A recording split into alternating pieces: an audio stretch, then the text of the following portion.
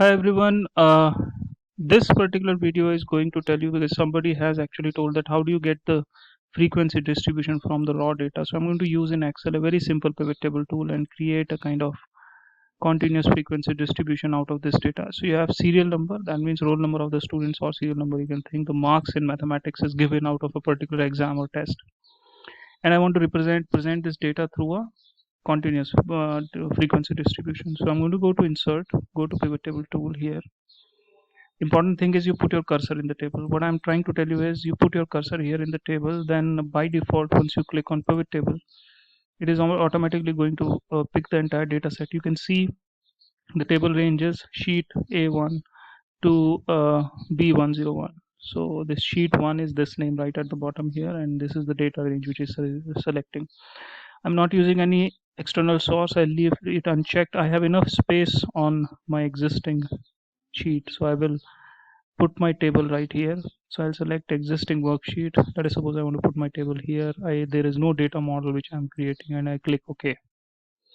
I'm going to drag and drop marks of the students in the row label here. So it is actually, you can see marks are from 0 to 20. Then I'm going to pick this column heading once again and drop it to values.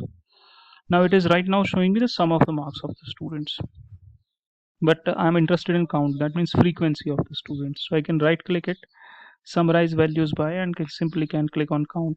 So you can see that you know now I'm pretty much sure 0 marks scored by 2 students, 1 mark is scored by 5 students, 4 marks scored by 5 students, and so on. The data is there. I do not want the data into this kind of discrete arrangement. I want to put data into continuous frequency table. So you can simply right click, go to group here, and you can see, oh I'm sorry, wrong window. So you can see here it is taking the minimum value in the data set 0, maximum value at 20, and it is going to by default going to make interval 1 by 1. So first interval would be 0 to 1, second would be 1 to 2.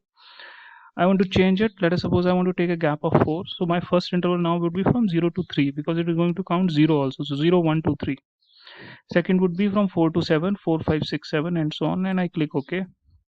You can simply see that everything is grouped into the continuous frequency distribution. I can change the row label simply by saying marks in mathematics,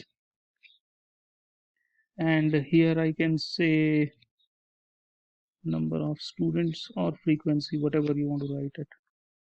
So you can simply see that the entire data now I have in continuous frequency distribution.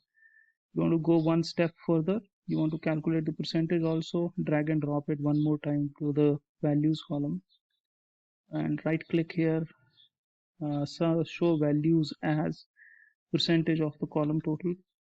So you can simply see that the entire data, you also have the percentage of the students here. You can simply produce charts out of this entire data very easily. I'll just centralize it here, looks better, right? So you can simply pick up, let's say, these two particular data sets right here. You can go to insert and insert a column chart here, though it has taken the entire data, but so it is showing you the percentage also and the number of students also.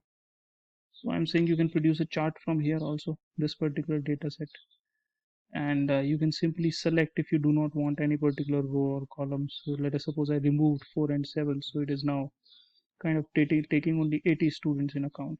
So you can choose the way you want your table to look into. You can simply produce a pie chart out of this data. Let me try if it works out. Yes, a pie is created. I can add data labels with the number of students. You can simply change it with the percentage of the students also, right? So there is a lot which you can do with this particular table. You can refer to another videos where when I talked about pie charts, bar charts, or something.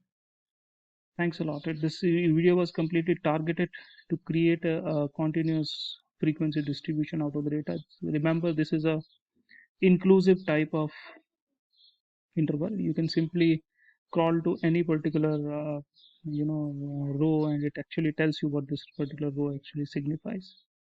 Thank you very much.